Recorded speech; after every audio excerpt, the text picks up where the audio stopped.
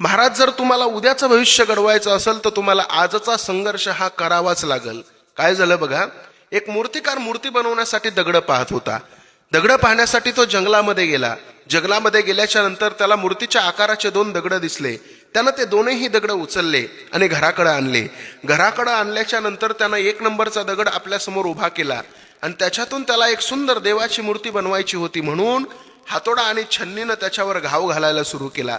ज्यावेळेस घाव घालायला सुरू केला त्यावेळेस तो दगड बोलायला लागला, मालक मला मारू नका, मला प्रचंड वेदना होत आहेत, मला हे सहन होत नाही, मालक मला मारू नका. त्या मूर्तिकाराला त्याच्यावर दया आली. त्यानं तो दगड उचलला आणि बाजूला ठेवला. बाजूला ठेवल्याच्या नंतर 2 नंबरच्या दगडाकडे मूर्तिकार गेला आणि त्या दुसऱ्या दगडाला मूर्तिकार अगोदर विचारायला लागला, दादा, मी तुझ्यामधून सुंदर देवाची मूर्ती तयार करणार आहे, पण त्यासाठी तुला हातोडे आणि छन्नीचं घाव सहन करावा लागेल, चालेल का? त्यावेळेस तो 2 नंबरचा दगड हसत हसत बोलायला लागला, काही अडचण नाही मालक, मी सहन करायला तयार आहे.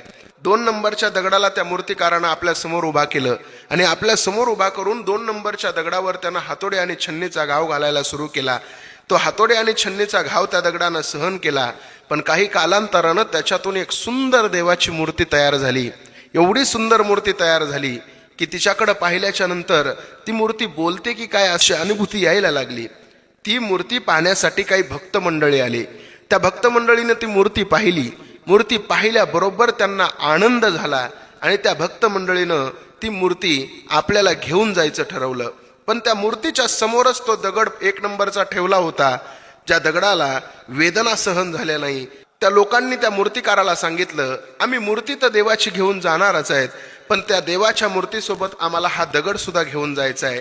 मूर्तिकारानं विचारलं, दगड कशासाठी घेऊन जायचा आहे? त्यावेळेस त्या भक्तांनी सांगितलं, या देवाच्या दर्शनाला येणारा भाविक नारळ फोडल या दगडावर, म्हणून आम्हाला हा दगड घेऊन जायचा आहे. त्यांनी दगड घेऊन गेला, मूर्तीसोबत घेऊन गेली.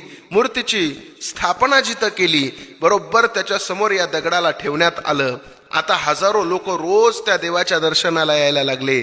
लोक त्या देवाच्या दर्शनाला जायचे आणि नारळ मात्र या दगडावर फोडायचे.